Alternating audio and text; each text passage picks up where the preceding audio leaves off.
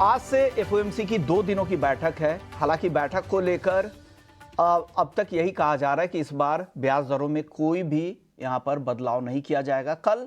लेकिन फिर चेयरमैन की जो कमेंट्री होगी वो काफ़ी अहम होगी। और जुलाई में ज़्यादातर एक्सपर्ट्स को लगता है कि जुलाई में एक कटौती हो सकती है और इस साल कम से कम 2 कटौती की उम्मीदें अब बाजार पूरी तरह से मान चुका है। कुछ एक्सपर्ट्स ये भी कह रहे हैं कि 3 कटौती भी हो सकती है। लेकिन क्या कुछ इसका असर बुलियन मार्केट पर होगा, एनर्जी मार्केट पर होगा? हालांकि एनर्जी मार्केट की पूरी नजर अभी चाइना पर है। चलिए मुनाफे की मंडी की शुरुआत करते हैं। मैं हूं विष्णु मोहन और हमारे साथ आज 4 एक्सपर्ट्स होंगे जो आज आपको कमोडिटी मार्केट में आपकी रणनीति बनाने में मदद करने वाले हैं। हमारे साथ अजय केडिया हैं, केडिया कमोडिटी के एमडी और रिसर्च हेड भी हैं। साथ ही भाविक पटेल हैं, ट्रेडबुल सिक्योरिटीज से। एनर्जी एक्सपर्ट नरेंद्र तनेजा भी हमारे साथ जुड़ेंगे जिनसे हम क्रूड पर उनकी राय लेंगे। और आगे प्रफुल्ल विटलानी होंगे, एस्ट्रा के chairman, all India sugar trade association के चेयरमैन हैं। उनसे हम शुगर सेक्टर का पूरा हाल जानेंगे। लेकिन चलिए शुरुआत करते हैं गोल्ड और सिल्वर के साथ। आज एफओएमसी बैठक से पहले सोना बिल्कुल सुस्त है, लेकिन चांदी में थोड़ी बहुत खरीदारी दिख रही है। 81,500 के आसपास चांदी है। केडिया जी, इन दोनों काउंटर पर अपनी राय दें। क्या करना चाहिए? फेड बैठक से पहले किस तरह की चाल आपको दिख रही है, उसके बाद किस तरह से ट्रेड करना चाहिए?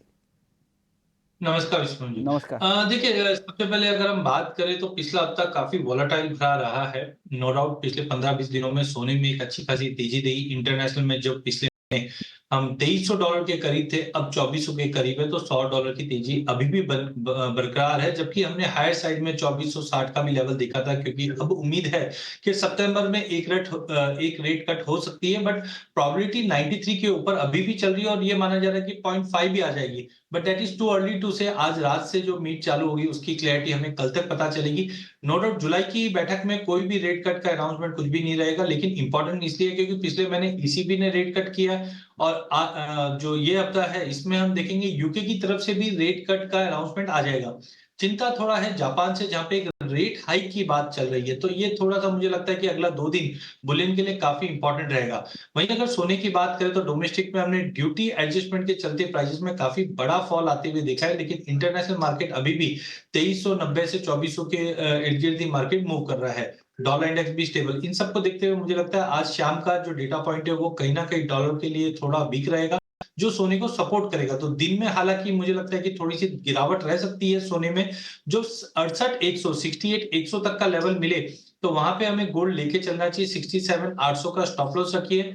68,600 तक का इमीडिएट टारगेट रहेगा। वहीं अगर चांदी की भी अगर बात करें तो हम देख रहे हैं कि चाइना से कोई भी फेवरेबल डेटा नहीं आ रहा है, जिसकी वजह से पूरे बेस मेटल में और चांदी का भी उसी का असर था। बट गोल्ड सिल्वर रेशियो में 85-50 का लेवल छूने के बाद कहीं ना कहीं एक रिवर्सल दिखा रहा है, जिसकी वजह से चांदी आज थोड़ा स्टेबल दिखाई देगा। बट बाय करना है वो ड्रॉप पे ही करना है। 81,000 के करीब 80,400 का स्टॉप लॉस लगा के 82,000 तक का टारगेट हम इमीडिएट में लेके चल सकते हैं। बट लॉन्ग टर्म व्यू अभी भी इंटैक्ट है तेजी के। अभी भी आपको लग रहा है कि तेजी की उम्मीद आपको दिख रही है? केडिया जी, एक सवाल मेरा ये होगा, ड्यूटी का एडजस्टमेंट तो पूरी तरह से हो चुका है भाव में, लेकिन अभी भी इंटरनेशनल मार्केट में उस तरह की गिरावट नहीं आ रही है। कई तरह के प्रीमियम इंटरनेशनल मार्केट के भाव में हैं। क्या वो गिरावट आने पर कुछ चिंता करनी चाहिए गोल्ड और सिल्वर के जो इन्वेस्टर्स और ट्रेडर्स हैं उनको? देखिए, इंटरनेशनल में गिरावट के लिए हमें कारण चाहिए। सबसे पहले अगर हम मिडिल ईस्ट की बात करें तो हमने संडे को ही देखा एक फ्रेश रॉकेट अटैक हुआ, जिसके बाद एस्केलेशन और बढ़ने की उम्मीद है। वहीं दूसरी ओर इन्फ्लेशन नो डाउट थोड़े बहुत कूल ऑफ हुए, लेकिन जब इन्फ्लेशन कम होंगे तो वहां पे हम देखेंगे रेट कट है जो सोने को सपोर्ट करेगा। डी डॉलराइजेशन हम पिछले 1-1.5 साल से देख रहे हैं कंटिन्यू। बाकी इकोनॉमी भी डॉलर से दूर भाग रही है और डॉलर इंडेक्स भी कहीं ना कहीं अगर हम देखें 104-104.50 के आसपास ही है। तो मुझे नहीं लगता है विष्णु जी कि जितने जो ग्लोबल फैक्टर्स की अब तक हमने बात की पिछले 1-1.5 सालों में, वहां पे कोई भी एक तरह की कमी आई है।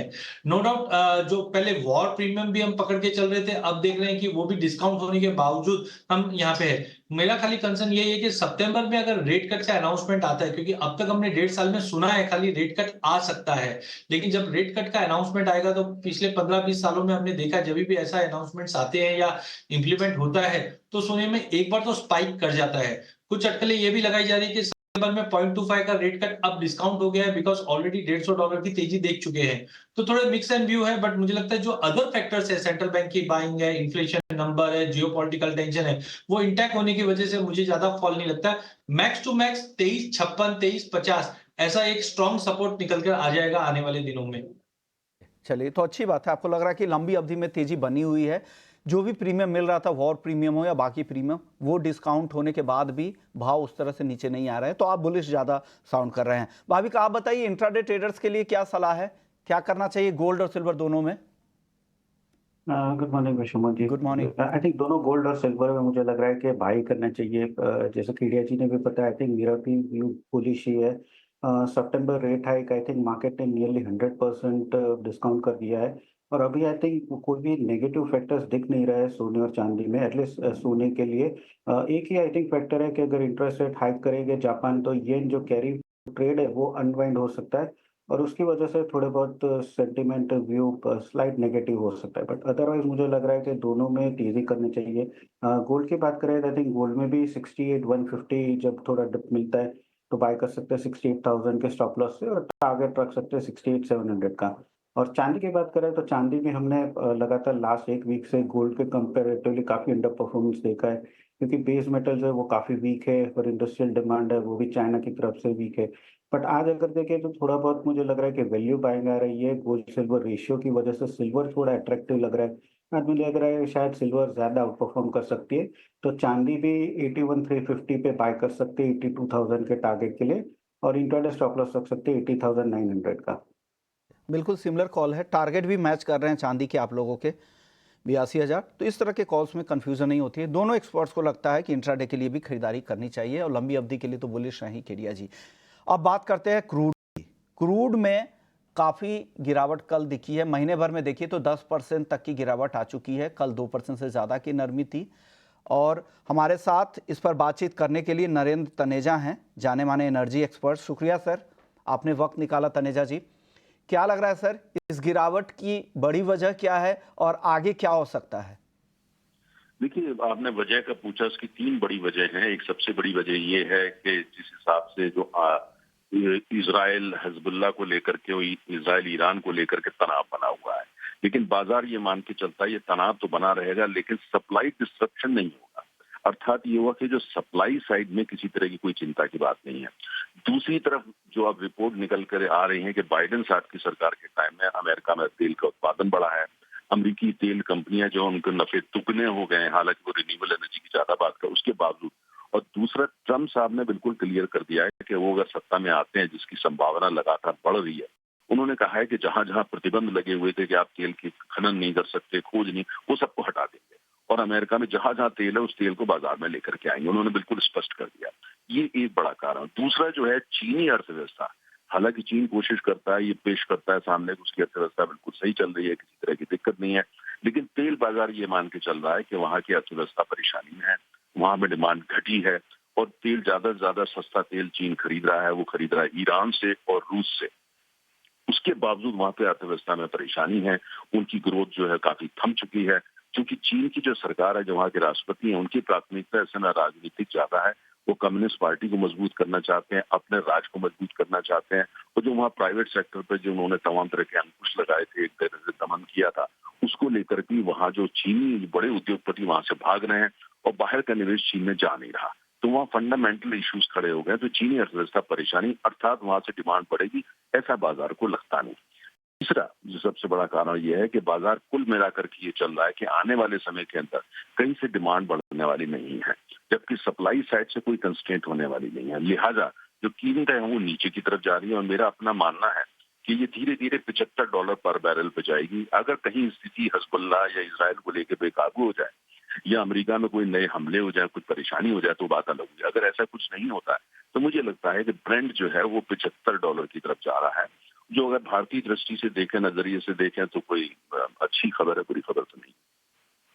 कि ब्रेंट क्रूड यहाँ से $75 तक जा सकता है और कहीं से भी मांग नहीं बढ़ रही है। और चीन को लेकर तो चिंता है ही, चाहे वो जीडीपी नंबर हो या अचानक से बाजार के अनुमान के विपरीत दरों में कटौती हुई, तो बाजार इसको निगेटिव ही ले रहा है। शुक्रिया सर, आपने वक्त निकाला हमारे लिए और क्रूड पर अपनी राय रखी। चलिए, लेकिन टेक्निकली कैसा दिख रहा है बाजार? भाविक, आप बताइए, कच्चे तेल का मार्केट आपको कैसा दिख रहा है? ऑप्शंस में कुछ मौके हैं क्या यहाँ पर, या कुछ बाउंस बैक की उम्मीद? क्योंकि 10% गिरने के बाद हो सकता है ट्रेडिंग बाउंस बैक दिखे बाजार में।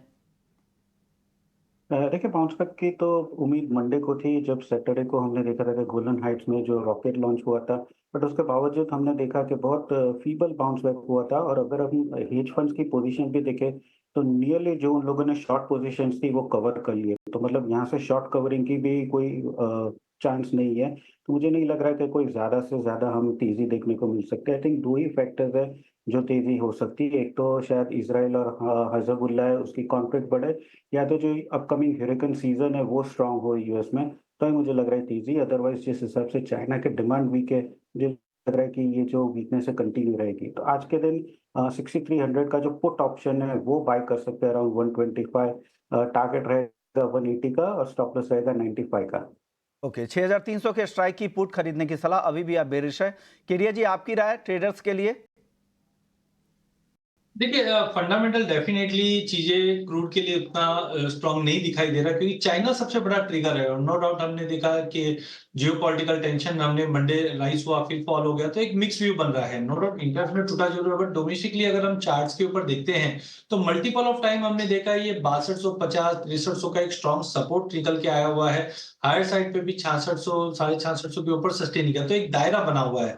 तो मुझे लगता है थोड़ा सा कॉशियस रहना चाहिए, क्योंकि बहुत बार ये लेवल को छूने के बाद बाउंस आता है। तो अगर ऑप्शन में करना है तो 6300 का कॉल लीजिए, 150 पे 70 का स्टॉप लॉस लगाइए, 250 का एक जंप रह सकता है। साथ में अगर फ्यूचर की बात करें तो मुझे लगता है थोड़ा सा एक पुल बैक अगर 63 तक मिलता है तो 6220 के स्टॉप लॉस से लीजिए। लिमिटेड अपसाइड है, बट 6220 तक के लेवल हम देख पाएंगे। करंट लेवल से शॉर्ट की सलाह नहीं रहेगी, क्योंकि टेक्निकल चार्ट पे हम मल्टी वीक्स लो पे एज ऑफ नाउ होल्ड करें, तो यहाँ पे शॉर्ट करने की सलाह नहीं रहेगी। थोड़ा बाउंस आने दीजिए, जो मुझे लगता है 64 से 6420 तक का एटलीस्ट मिलना चाहिए। यानी आपको लग रहा है इतनी गिरावट के बाद थोड़ी यहाँ पे रिकवरी दिख सकती है और 6420 तक भाव जा सकता है? थोड़ी कॉन्ट्रा कॉल केडिया जी की तरफ से है। चलते शुगर सेक्टर की और बातचीत करने के लिए हमारे साथ एस्टा के चेयरमैन प्रफुल्ल विठलानी जी है। शुक्रिया सर, आपने वक्त निकाला हमारे लिए। सबसे पहले सर, आपकी जो कॉन्क्लेव हुई थी वीकेंड के दौरान, क्या कुछ निकल कर आया, क्या कुछ बड़ी बातें थी उस कॉन्क्लेव की? मैं 2 मिनट आपसे चाहूँगा कि हमारी ऑर्गेनाइजिंग कमिटी ने इतना अच्छा काम किया कि हमें गवर्नमेंट ऑफ इंडिया से मिनिस्टर ऑफ स्टेट नीमूबेन आए थे, अमिताभ कांत जी आए थे G20 से, विजय पॉल शर्मा जो शुगरकेन प्राइसिंग के सीएसीपी चेयरमैन है, Shri Ashwini Srivastava joint secretary sugar थे। इसमें हमने सब्जेक्ट्स रखे थे, इंडियन इकोनॉमी से शुरुआत की थी, जिसमें श्री नीलेश शाह कोटक से, श्री अमिताभ कांत जी G20 से, कैन प्राइसिंग के लिए विजय पॉल शर्मा जी थे, रोशन तमक डीसीएम श्रीराम से थे। फिर इथेनॉल प्राइसिंग के लिए इंडस्ट्री के हमारे अतुल चतुर्वेदी जी है, हर्षवर्धन पाटिल जी है। एमएसपी के लिए यही इंडस्ट्रियल जो भी मैंने कहा है वो चंद्रशेखर नोपानी जो बिरला ग्रुप के चेयरमैन है। बायो एनर्जी के लिए डॉक्टर श्वेता साइनी जी थे। फिर रिसर्च जो प्राज इंडस्ट्री के अतुल मुले जी थे, सीमा परोहा जी थे। और इंटरनेशनल प्राइसिंग जो हिंदुस्तान के प्राइसिंग पे काफी बार भारी होती है, तो ब्राजील से नस्तारी थे, क्लाउडी लंदन से थे, ब्रूनो भी लंदन से थे और मिस्टर ओलिवर भी थे। और एफएमसीजी बायर्स के हिसाब से टीसी लिमिटेड के काफी परचेस ऑफिसर और हेड सोमनाथ चटर्जी थे। क्वालिटी के लिए हमारे ही फाउंडर मेंबर है डॉक्टर श्री सिद्धार्थ अमीन, और कंज्यूमर पैकिंग के लिए श्री कपिल बंसल। यानी हर एक सेक्टर को हमारी ऑर्गेनाइजिंग कमेटी ने टच करने की कोशिश की थी और सब लोग आए थे, जिससे काफी चीजें हुई है। नहीं जो तो कुछ बड़ी बातें सर बता दीजिए जो हाँ, लोग इसमें जानना बड़ी चाह रहे हो, बातें, आपसे सुनना चाह रहे हाँ, हो। बड़ी बातें ये है कि हमारे फूड सेक्रेटरी चोपड़ा साहब जो है, संजीव चोपड़ा जी ने हमें विश्वास दिया है कि ये जो एमएसपी है उसे काफी जल्दी वो लोग उनके ऊपर सोच के कुछ फैसला देंगे। और इथेनॉल प्राइसिंग पे और कितना इथेनॉल ब्लेंडिंग 2024-25 में, तो ये चीजें उन्होंने काफी अच्छा विश्वास दिया इंडस्ट्री को, और शुगर सेक्टर के लिए ये एक नया जीवनदान हो सकता है। ओके, तो सर एमएसपी जो आप लोग मांग मांग कर रहे हैं, मिनिमम सेलिंग प्राइस बढ़ाने की, ये कितनी डिमांड है आप लोगों की जिस पर विचार हो रहा है?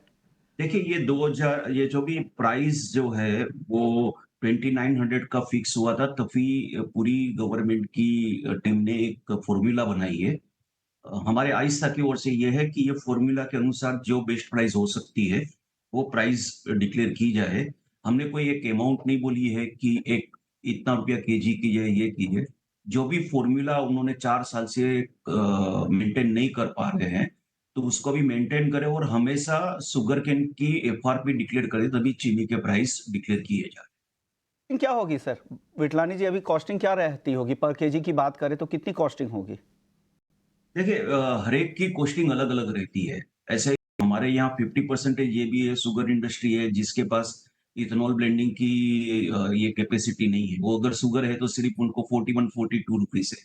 अब इथेनॉल है तो 37 है। तो या ये इथेनॉल को लेना नहीं चाहिए, पर अभी हमारा कहना इतना ही है कि जो गवर्नमेंट की पॉलिसी पे 2000 ये 17 या 19 में नक्की किया गया था 2900 बाद में 3100, तो जो गवर्नमेंट उचित समझे उस हिसाब से वो प्राइस बढ़ाई जाए, पर प्राइस बढ़ाना बहुत ज़रूरी है।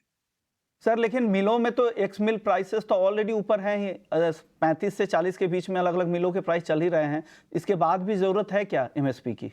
विश्वमोहन जी, मैं आपसे 2 बातें कहना चाहता हूँ कि हम्म। ये एक सीज़नल प्राइस रहते हैं, एक नॉन सीज़नल प्राइस रहते हैं। चीनी 5 या 6 महीने उत्पादन होती है, उस समय लास्ट ईयर ही ये 3200 के दाम टच हो गए थे। और ये जो अक्टूबर से मार्च में जो उत्पादन के समय जो दाम गिर जाते हैं, तो 6 महीना चीनी आप बिलो कॉस्ट प्रोडक्शन बेचो, 6 महीना कुछ आपको अबोव कॉस्ट ऑफ प्रोडक्शन। तो ये दोनों मिलके एवरेज में वो प्राइस टू प्राइस या थोड़ी प्रॉफिट से जाती है। तो ये जो 32 रुपीस किलो हो गई है, तो उसमें तो काफ़ी नुकसान हो गई थी। हम ये एमएसपी की बढ़त जो है, बाज़ार में चीनी महँगी के लिए नहीं कह रहे हैं। ये जो रिलीज़ मैकेनिज़्म में काफ़ी लोग क्योंकि फाइनेंशियल कैपेसिटी नहीं रहती, यहाँ आपको रॉ मटेरियल का पैसा 15 दिन में देना है और जो फिनिश प्रोडक्ट का पैसा आपको 15 महीने में मिलेगा। तो उसका रास्ता निकालने के लिए ये एमएसपी और रिलीज़ मैकेनिज़्म आई थी। अब रिलीज़ मैकेनिज़्म में जो सीज़न के टाइम पे सक्सेस नहीं रहती है, तो उसको सँभालने के लिए और इंडस्ट्री की अच्छी ये इनकम होगी, तो इंडस्ट्री फार्मर्स को टाइम पे दे पाएगी। अभी भी आज की तारीख में भी 2023-24 में 90% पेमेंट तो हो चुकी है फार्मर्स की। ओके। तो ये ऐसे ही सक्सेस रखना है और फार्मर को भी आगे बढ़ाना है, तो ये ज़रूरी है। ओके, फाइनेंशियल सपोर्ट के लिए जरूर उसी आधार पे बैंकिंग लोन वगैरह में भी आपको वही भाव तय होते होंगे एमएसपी के आधार पर। सर एक्सपोर्ट को लेकर कुछ वहां से संकेत मिले हैं क्या? कुछ खुलने की, कुछ रियायत दी जा सकती है? नहीं उम्मीद कम लग रही है। ओके। वो रियायत जैसा नहीं लग रहा है कोई। ओके सर, अर्ली स्टेज है लेकिन कुछ यहाँ पर शुगर केन सोइंग वगैरह के कुछ डिटेल्स वगैरह किस तरह के नंबर्स आ रहे हैं? हालांकि सरकार की तरफ से जो डेटा आए हैं उस हिसाब से पिछले साल से बेहतर जरूर दिख रहे हैं सोइंग के नंबर। क्या लग रहा है, आप लोगों की रिपोर्ट क्या कह रही है सर?